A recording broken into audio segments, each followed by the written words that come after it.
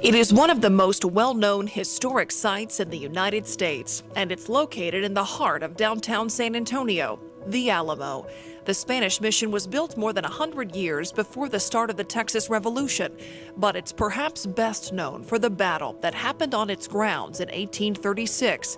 The Alamo has been depicted in film and television for more than 100 years. The movies make it bigger than life. But recently, headlines about the Alamo have focused on the controversy over plans for its future, and the topic has become a political lightning rod, raising questions about whose stories are prioritized and how when talking about the past. If it ain't broke, don't fix it. Keep it how it is. Just a few phrases shouted out by angry people today listening to a presentation about changing the layout of Alamo Plaza. This is a historic city. They're destroying our history.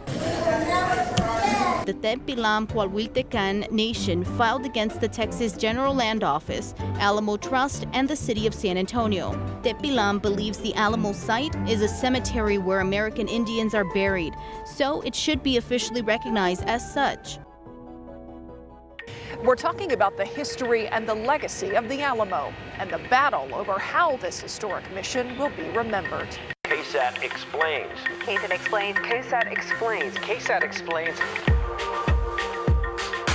On-demand, in-depth perspective. Perspective on stories we bring you in our newscasts throughout the day. We're looking into concerns over voting safety during the pandemic and the battle over mail-in voting. A look at how the protests and demonstrations have played out in our city and an examination of what it means to be black in San Antonio. An issue that you have likely felt the effects of, rising property taxes. The roots of Tejano run deep in South Texas. We examine the cultural impact the music has had in San Antonio. For the past several years, there's been a battle brewing over how the Alamo's history is told, from criticism that the story of the 1836 battle has been distorted by myths to those who want to shine a light on what happened at the mission prior to the Texas Revolution.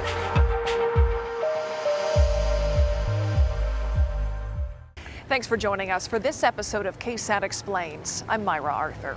When almost anyone thinks of San Antonio, they likely think of the Alamo. It's so often our biggest claim to fame. Hollywood has helped with that fame over the years, telling its own version of the story.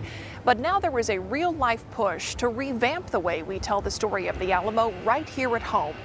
The debate over how to redesign Alamo Plaza, whose stories to include, and who's felt left out of how we've remembered the Alamo so far, has created a new fight over this very old battleground. And that new fight already has a history of its own.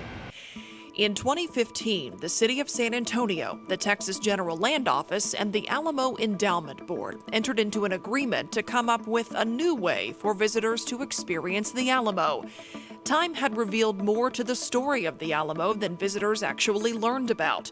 More names of the defenders had been discovered in the years since the famous battle. And the story of the Alamo prior to the likes of Davy Crockett or Jim Bowie and the people who were here long before them had been glossed over or left out. And really, for me, it's something that I believe will heal a lot of deep wounds in terms of how something like this that doesn't acknowledge its complete telling, its full history, what it's done to our community. The city of San Antonio owns Alamo Plaza. The General Land Office controls and operates the historic structures themselves. And the Alamo Endowment, now known as the Alamo Trust, is in charge of raising the millions in private dollars needed to build the museum. In 2017, a master plan was unveiled. It included shutting down traffic in front of and right around the Alamo, creating that museum to help tell the full history, and putting up giant plexiglass walls around the area. All of that part of an effort those in favor of the plan suggested to get visitors to experience the Alamo longer, to gather there and spend more time learning about its history. Also part of that plan, moving the cenotaph, the large white monument dating back to 1936 that stands in front of the church and long barracks in honor of the defenders who fought and died there. But those walls would stand in the way of the plan's official approval. The San Antonio City Council approved the plan without the walls in May 2017. Some city leaders argued the walls would close off Alamo Plaza, making it feel restricted or creating a safety hazard in the event of an emergency. Bexar County Judge Nelson Wolf took issue with them too. It cuts off the circulation. People coming down Houston Street or coming the other way with a wall there. You know, believe me, they didn't have a plexiglass wall in 1836. So the plan for the walls was tabled, but the battle brewing over the cenotaph would not come to such a swift end. In fact, it would last years. The redesign called for the cenotaph to be moved about 500 feet south of where it currently stands. In late 2019, and all in favor say aye. Aye. All opposed say nay. the cenotaph's new location was approved by the city's Historic and Design Review Commission.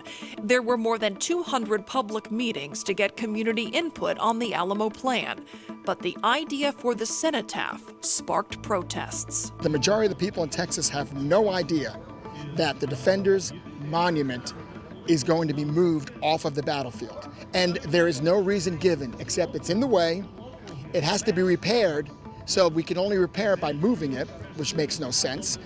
Texas Lieutenant Governor Dan Patrick weighed in, opposing the moving of the cenotaph and saying the entire redesign plan was, quote, badly off track. He threatened to take the project away from the Texas General Land Office and give it to another agency. Things had taken a political turn. I think that there's been a misconception that this has been about one monument. And to be clear, there was never any controversy, at least locally, about the monument itself. The Citizens Advisory Committee unanimously voted in favor of relocating the cenotaph. The Management Committee unanimously voted, and the City Council supported all this.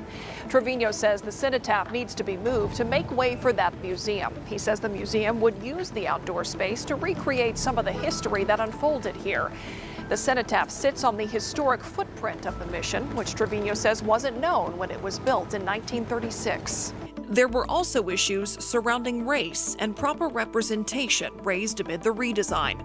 A group representing indigenous people with a history tied to the Alamo long before the Battle of 1836 filed a lawsuit challenging the plans. You'll meet that group later in this episode, but their suit was later dismissed.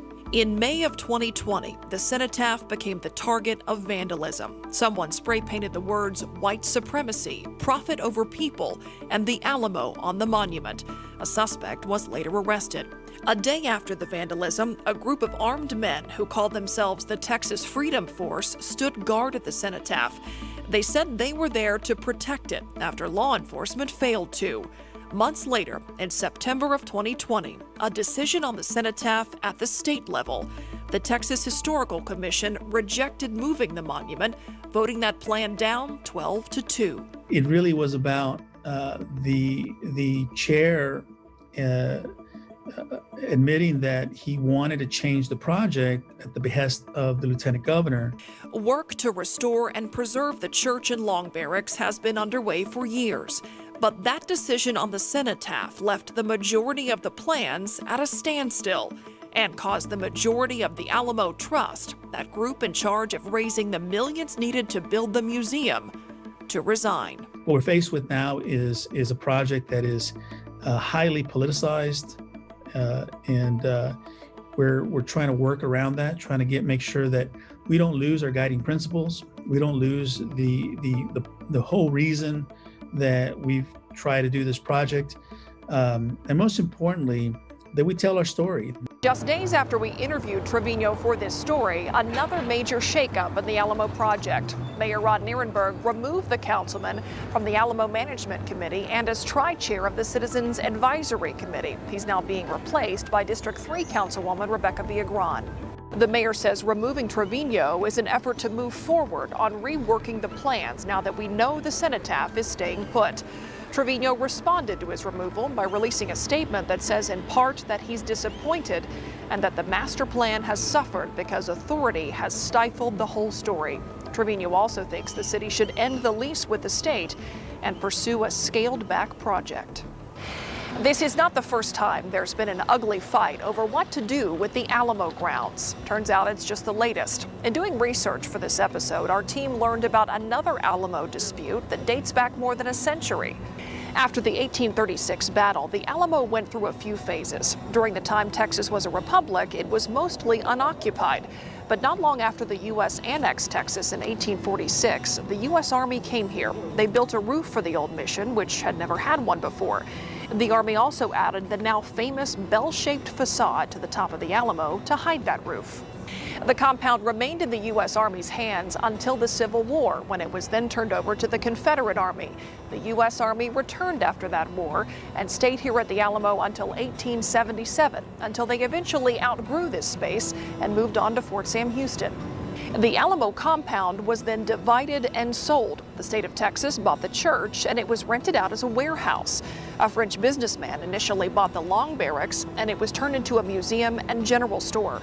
Then in 1903, the granddaughter of Lorenzo de Zavala, the first vice president of the Republic of Texas, led the efforts to save the Alamo's long barracks. Adina de Zavala was a historian and a teacher. She didn't have the money to save the building herself, but she soon met and befriended a wealthy philanthropist named Clara Driscoll, who wanted to help. Driscoll's grandfathers both fought on the side of Texas during the Revolution. She joined de Zavala's chapter of the Daughters of the Republic of Texas and bought the long barracks on behalf of the organization. While they both wanted to preserve the Alamo, the two had very different visions about what that preservation should look like. De Zavala wanted to return the site to what it looked like during the battle, and she believed the long barracks deserved as much recognition as the church. But Driscoll wanted the long barracks to be demolished and for the church to be the focal point. In the end, they worked together, and I think it was like a family quarrel. They both wanted what was best for the Alamo. They just both had two different visions. Eventually, the long barracks were partially demolished. And today, when people around the world think of the Alamo, they undoubtedly picture the church and its famous outline. To understand why the battle over the future of the Alamo is so contentious, it's important to understand its past. Hundreds of years ago, when the Spaniards began exploring Texas, they initially had trouble establishing a foothold in the region. Texas was miles and miles away from larger cities in Mexico, and it wasn't easy convincing people to move to the new colonies. So they established missions and worked with indigenous people who had already been living in Texas for thousands of years. These autonomous indigenous groups were known as Cualitecans. It started as basically one of the institutions of Spain, which is to convert people to Catholicism, teach them a trade, and make them Spanish citizens.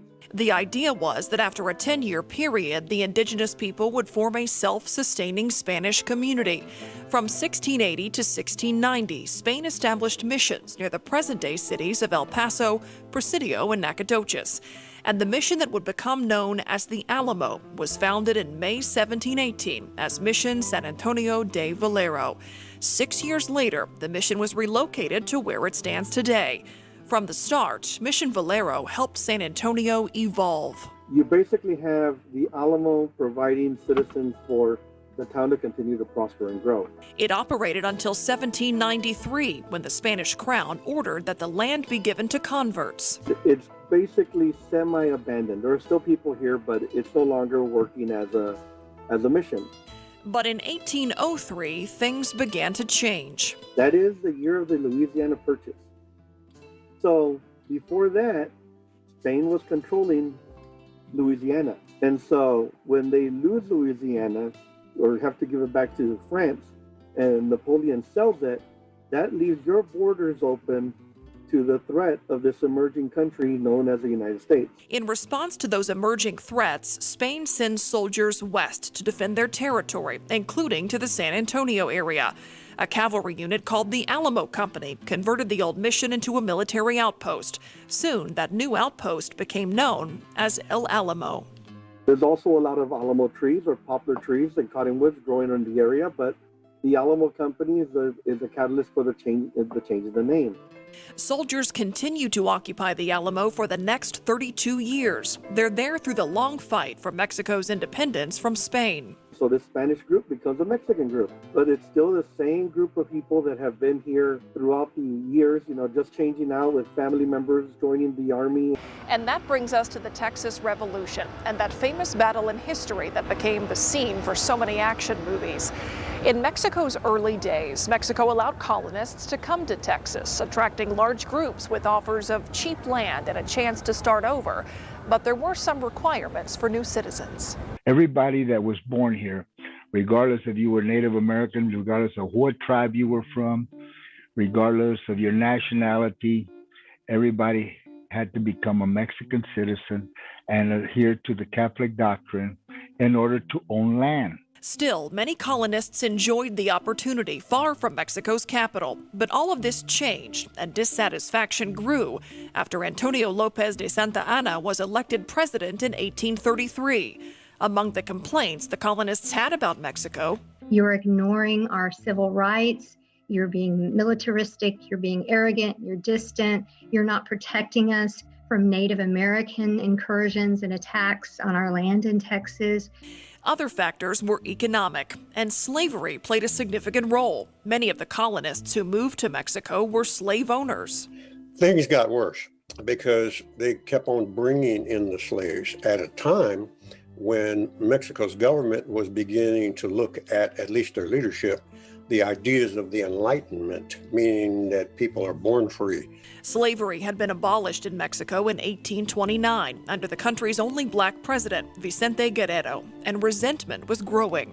And you have to put yourself in the shoes of a slave owner. You came down here with, 10, 12, 5 slaves, and were given free land or land that was very cheap. And those slaves were used to make you wealthy. Now after you've been here a while, you've been told Mexico just outlawed slavery. So now you went from being dirt poor to somewhat wealthy. Now you're going back to dirt poor. So what would that do, to a person that is in that sort of political atmosphere? Well, they would simply say to themselves, this means war. In 1835, when the insurrection began in Texas, the Alamo Company was sent to Gonzales to recover a cannon that had been loaned to the town for protection against native tribes. But when the Mexican army arrived, colonists refused to hand it over. That will spark the Texas Revolution on October 2nd, 1835. And it all starts with a group of men from the Alamo. A battle broke out, and the Mexicans retreated back to the Alamo when they realized they were outnumbered.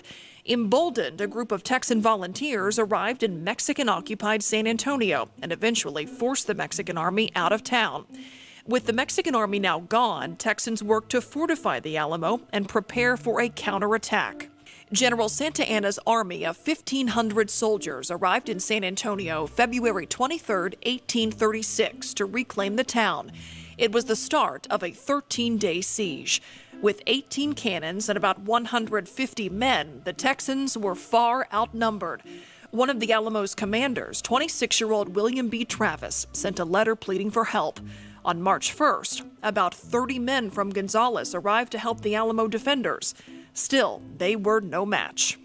After days of intermittent fighting, on March 6th at dawn, Mexican troops advanced and the final battle began. There are disagreements about how long it all lasted, but in the end, there were few survivors. The defeat for the Texans was significant. But on April 21st, a little more than a month later, Texans defeated Santa Anna's army and won independence from Mexico. History had it that Texan soldiers cried, "Remember the Alamo," during that battle, the Battle of San Jacinto. It takes a while for us later to determine the meanings of each conflict, but I think immediately people knew something big had happened at the Alamo and it was going to turn the tide of history. Texas ultimately is going to become part of the United States, and that really starts in the tragedy of the lives lost at the Alamo. It didn't take long for the story about the Battle of the Alamo to become a magnet for myth-making and legend. In fact, most people familiar with the Alamo are probably more familiar with the tall tales than with what actually happened. RJ Marquez explains how the battle became part of Hollywood and why there's now a push to tell an honest and accurate story about what happened here. The legend of the Battle of the Alamo is sometimes bigger than the state of Texas itself. For generations, Texans have been told stories of the brave Alamo defenders that fought against Mexican dictatorship for the state's liberty and independence. The Battle of the Alamo has been depicted on the big screen. What do you think, Jim? And the small screen. And in comic books, with defenders portrayed as larger-than-life heroes. You can still find replicas of the coonskin hat that Davy Crockett is rumored to have worn. And merch with the phrase, "Remember the Alamo," isn't hard to come by. But while some of these things we have come to know about the Alamo are true, a lot aren't. The truth is that there was a battle at the Alamo, and that people named William B. Travis and Jim Bowie and Davy Crockett died at that battle. Once you get beyond that, it becomes really, really fuzzy. Chris Tomlinson is a columnist for the Express News and Houston Chronicle. Tomlinson co-wrote a book that's set to be released in June titled "Forget the Alamo, The Rise and Fall of the American Myth." So let's start there. We've all heard that iconic saying, "Remember the Alamo," but the truth is, according to Tomlinson, it was mostly an afterthought. The Alamo was largely forgotten after the Battle of 1836. And it only really came back into the public imagination after the Civil War, when Texans were looking for a new myth, a new origin story that did not include the baggage of slavery. Those legendary myths include the story of William B. Travis drawing a line in the sand with his sword, as depicted in this scene from the 1950s Disney special, Davy Crockett at the Alamo. Those who stay cross over the line. There was no line in the sand. That was a story made up in the late 1800s. And what about Davy Crockett's heroic death? There were no professional historians before 1880. When they started digging into Alamo history, they only looked at what the white people said about what happened. And they conveniently left out some Mexican army reports, such as Travis offering to surrender the night before Santa Anna attacked, or the fact that Davy Crockett was captured alive and executed on Santa Anna's orders. So what else happened and what's been exaggerated? Did William B. Travis actually write his victory or death letter? That's a fact. The letter, which was a plea for help when the Alamo was surrounded by Mexican troops, was written on February 24th in 1836. It was returned to the Alamo in 2013.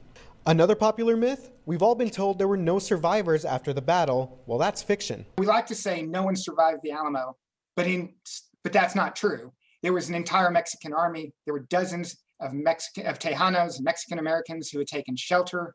We have a lot of those stories, but because they weren't told by white people, they got left out. We have some recent studies that were done that indicate that many of the Alamo defenders didn't stay there to fight to the last man.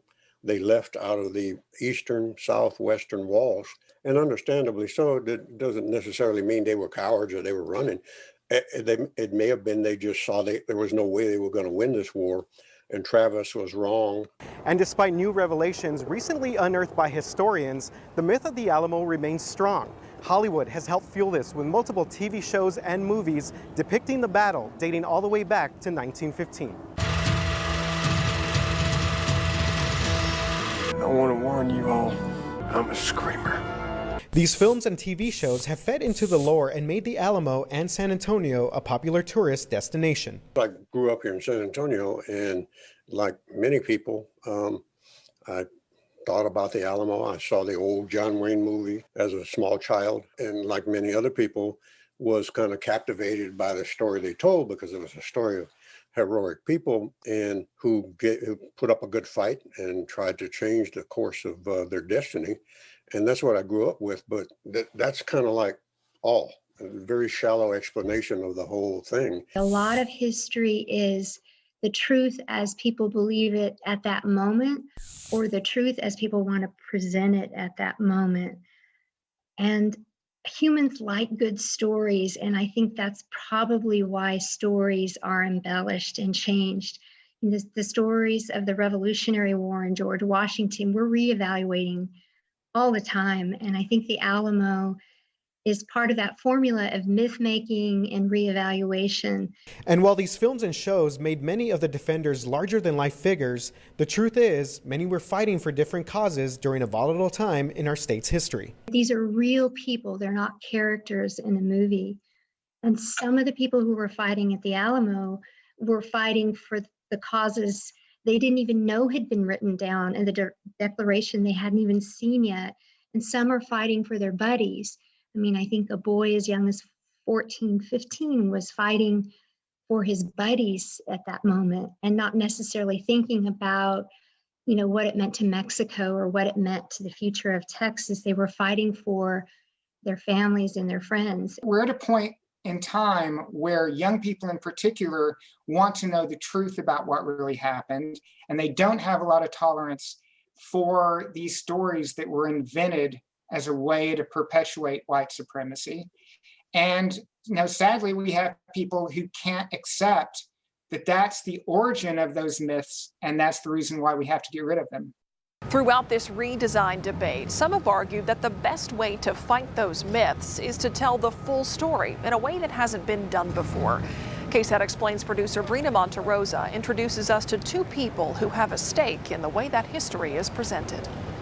I am a Cuauhteco, and more importantly, I am a native American citizen. My family came during Escandon's expedition to Texas. That would have been the 1700s. Two people, two different family histories. Both have personal reasons for caring about which stories are included in the plans for the Alamo's redevelopment. We have to fix our history. We can't let others speak on our behalf. Raymond Hernandez is a tribal council member of the Tapilam Cuauhtecan Nation. Tapilam, which means people of this land. It was a uniting force for all the different familias that come from the Missions to say, we belong. We are these people. We are Tapilam. The different clans, including the Payaya, lived in what is now southern Texas and northeastern Mexico. In 2001, the city of San Antonio issued a proclamation recognizing Tapilam as the first tribal families of San Antonio. The Archdiocese of San Antonio recognized them as the indigenous tribal families of the 5 Indian missions of San Antonio. That history is extremely important to us because we're living in it now. Mm-hmm. And that's our children and our grandchildren's legacy. Not to turn around and impose it as a way that this is it, this is the way it is, without acknowledging the contributions of other people. There's a story for a lot of people. There's a lot of room. What has happened over time is that we have been excluded from the history books and the educational system. That exclusion is why Hernandez has fought to protect his ancestors. I was raised by grandparents that held on to their native traditions, okay, to their culture, and never forgot where that like my grandfather says, estemos como el árbol del mezquite. Our roots are deep. And no matter how much they try to remove us, we come out bigger. The Alamo served as a Catholic mission long before the battle. Hundreds of indigenous people are believed to have been buried at the site. We were the first Catholics in Texas, here in San Antonio. And the thing about it is that our Catholic traditions at that time were to bury those that lived in and around the missions, to be buried at the misiones. Those are the Campos Santos. That's why Tapilam wants a say in the restoration project. The group says those sacred cemeteries should be protected. If you find them, let's move them respectfully. We want to protect, okay, our historical properties, and we want to protect those that contribute and make the Alamo what it is. And yes, like you have a memorial of all the defenders of the Alamo, right? Why is it not proper to have a memorial of the names of the people that we know are buried there or were buried there? In December 2019, human remains were discovered in the Alamo Church. The remains haven't been identified. Here we've got, you've got Anglos, you've got, Texians, you've got Hispanic, you've got Native American groups that have been around again for, in Texas, 13,000 years. Martha Fleitas is the Historian General of the Daughters of the Republic of Texas, the organization that served as Alamo custodians for more than 100 years. She doesn't have a connection to Tapilam, but she's sympathetic to the group. I don't know enough about Indian or Native American history to say that I'm perfectly right, but I can understand the feeling of being left out. That is for sure. And we do know that that's a cemetery. I mean, that is a no-brainer. Like all members of the DRT, Martha can trace her lineage back to her ancestors. They settled in Texas prior to when the state joined the U.S. at the end of 1845. The daughters are dedicated to preserving the history of Texas, particularly before statehood and during the Republic. They have a huge collection of artifacts prized by Texas historians. The signed copy of the Texas Declaration of Independence that Samuel Maverick signed. We have Santa Anna's pistols. Martha agrees the history of the Alamo hasn't always been told accurately. No, it hasn't. The main story is correct.